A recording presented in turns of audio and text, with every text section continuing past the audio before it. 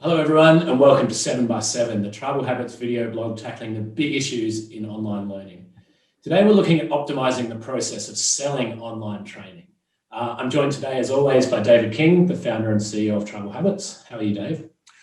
Jordan, I'm really good. I'm looking forward to this session because we've had a lot of inflow at Tribal Habits about organizations in this area, and it's often a hot topic in our demo sessions. Yeah, absolutely. So I guess this video is really for someone who's looking to package up the knowledge or the IP that they have and sell that on. So let's jump right in. What's your number one consideration for people that are thinking about creating training to sell? Sure. And I think we could phrase that as, what is the number one consideration any business should have when they're going to sell something? It's their product. You need great training. So you either need something that is incredibly unique and valuable content, or presented in a very engaging way where the transfer of learning is high, or a little of both. So if your training is really offering nothing new and is not presented in a useful way, then you've got a bad product. It's going to struggle in a crowded market. Yeah. So either you've got some really fantastic new ways of thinking about things and really new, fresh content, or great content, or content that's broader or deeper, or you're presenting well-known content, but in a better way where it transfers better. But you've got to be thinking about putting your product first. How am I going to create this great training?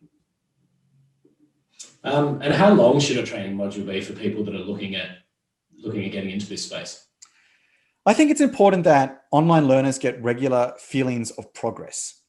And so if your online training course is 5 hours long and they don't feel like there's any achievement or progress until the 5th hour, that's going to be a problem.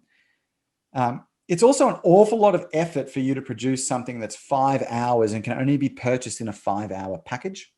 Mm-hmm. So we've got to trade off a few of those things here. I personally think each module, online module, should be about 30 to 60 minutes of valuable content. I think less than 30, and we're kind of in that, is it really any more valuable than just watching a simple YouTube video? But anything longer than 60 is starting to get a lot of effort before you can assign some monetary value and sell it. So it's kind of increasing the amount of work you've got to do before you have a saleable asset. And what you can do, of course, is bundle things together. So you can end up selling a course, which is 5 hours long, but it has 5 modules in it. And so then maybe it's still the 5 hours that you're selling, but at least then for the person doing it, they're getting regular checkpoints through the way and feelings of completion. Yeah. So I think one of the big things here is around value adds. It's what we're talking about with the product. What's the unique selling proposition? So how do people add more value to the product that they're offering? I can hear the marketer in you just wanting to talk about that there. So bundling is one thing. So taking a bunch of things and putting it together. If you sell individual modules, so a smart thing to do is to design your modules so they can be sold individually at lower price points, but offer them together as a bundle at a higher price point. So, buy 5 for the price of 4, something like that. That also allows people to come in and do one at a lower price point, get a taste for it. And if it's a great product, come back and buy the rest. Mm-hmm. Or the bundling, we're upselling them, we're tempting them to that next higher price bracket with a higher degree of value. People also like templates. So when they're doing the learning, they want a way to implement it.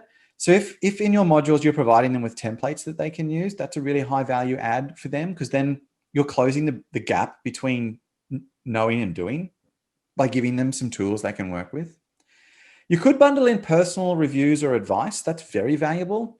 So someone can do the training and perhaps submit some stuff which you can review, or potentially coaching where they can have some follow-up coaching sessions one-on-one with someone. So for subject matter experts out there selling their training, that's a really good thing to do. You're trying to get scale here with your knowledge. And so selling online gives you scale, but the highest value you've got is the one-on-one. And so bundling in a short one-on-one session, a 30-minute follow-up, or reviewing some materials at a much higher cost for that can be very useful. And finally, accreditation, of course, people will do things in order to get accredited. This is very hard to do in somewhere like Australia, where accreditation is a very regulated industry. I guess most countries are like that. But to the extent you can get it accredited by an industry body or something else, can be very handy, where the certificate has meaning. In other words, it counts towards some professional development or it counts towards an overall accreditation. So the learning has the extra value of achieving some other goals for this person. Okay, so I'm going to go further down the marketing rabbit hole here, and this one is a tricky question. So what do you think a good price is for selling online training? That is tricky. You don't want to price it too low because it devalues it. You don't want to price it too high because at the end of the day, it is online training. I kind of feel like single courses are in that $30 to $70 range. I think longer pathways could be, and where you're bundling things up, you can get to $200 to $400.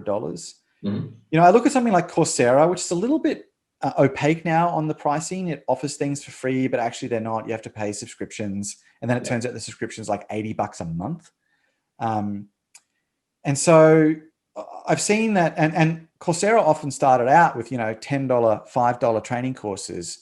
And I think that's just not sustainable for the people creating the content, and potentially suggests there isn't that much value there. It's a bit like apps. When apps started on your phone, they were like $1, and now apps are regularly $10. Yeah. $1 isn't commercially viable for the people making it. So if you can get your courses in that $30 to $70 range, and your bundles in the kind of 100 to 400, 100 to 300, and you can do that at scale, and then you can bolt on around that either resales, more courses, or perhaps one-on-one time, or coaching, or workshops. Then we're starting to get into a very nice business. Yeah, okay. So let's drill into this kind of business idea more, the revenue side of things. I think a lot of people watching this will have the knowledge that they want to share. They think there's maybe an opportunity to create a business out of it. What do they need to consider when it comes to figuring out if that business is feasible? Well, let's just think about ROI. I think that's kind of the obvious measure here. So if we think about the I, that's the investment. That's for the business owner, the time it takes to create and market this thing. So by far the biggest amount of effort is the creation of the training. I often see people get really wound up on, what's my storefront going to look like? And, how will people sign up for the training? I'm like, that's nothing. That is going to be very easy for you to do, very easy to set up and manage. What's going to take all your time here is creating the training in the first place and then managing the training content itself. That's the huge investment. Mm-hmm. So to get the I down, you need to do that in a way that's efficient. So you need to find a platform which is going to allow you to capture your thoughts in a high quality way, going back to the first thing we spoke about, and do that reasonably quickly. So it's a balance, right? They often, you can't have quality and speed. So we need to find that right balance there. You get it done fast enough, but still at a high enough quality. Yeah. Of course, ultimate plug for Tribal Habits there, Jordan. I should jump in straight away and say that's exactly what we're about. Yeah. The next thing would be the R. So now it's down to how many sales you can get. Now you've got the traditional marketing challenge that any organization has. You need to go out and sell that product. But if you've got a great product, multiple price points, which adds clear value to people and either adds new content they can't get elsewhere, or the same content delivered in a much better way, or a little bit of both, then you're off to a good start. And the marketing stuff then just becomes the traditional marketing problem any business faces. Yeah. So we've seen a lot of organizations moving into this space recently. What do you think the biggest challenges or the biggest mistakes that people make when they start selling online training are? Yeah, I'm going to sound like a broken record here, but you've got to have a great product. Yeah. So putting pages of text with a few images behind a paywall, that's not training. That's not a good product. There's so many pages of text with images I can read for free on the internet. You're not, unless you are literally giving me the secret and meaning of life in that content, it's not good enough. It's just not compelling. Mm-hmm. I have to feel like I'm getting a bit of an experience here. There has to be interaction. There has to be a variety of ways that I'm learning to engage with me. So you've got to actually have a learning product, not just a IP, intellectual property asset. And it's training that's the value. I am paying to improve myself. So I have to feel at the end I have improved, which means I have to have gone through some changes. I have to have gone through interactions, had myself tested, done some things, engaged with it. Simply sitting here reading passively does not lead to change. I don't feel that value at the end. Definitely. And any final tips? We're rapidly running out of time. We are. We've gone a bit longer today because it's an interesting subject. Okay, first of all, manage the expectations. So make it really clear what you're offering. How long do things go for? How many videos will they get? How many chapters are there? Are there templates they can download? Will there be case studies? Be clear on the IT requirements, which hopefully should be very minimal, but point out what they are. Be clear on anything they're going to get around this. That's both selling the value, but also managing expectations. And lastly, don't worry too much about the enrollment process. I see so many people come in and they're like, I need to find a situation where someone can enroll in training or buy some training and get enrolled in it immediately. And I'm like, why? Yeah. Chances are that person's not going to do the training straight away anyway. Yeah. They're buying the training to do over the next few weeks. There's very little training people need the second they buy it. Mm-hmm. Also, you probably want to manage some of that as it's coming through. And it's very easy to set up business process to manage that.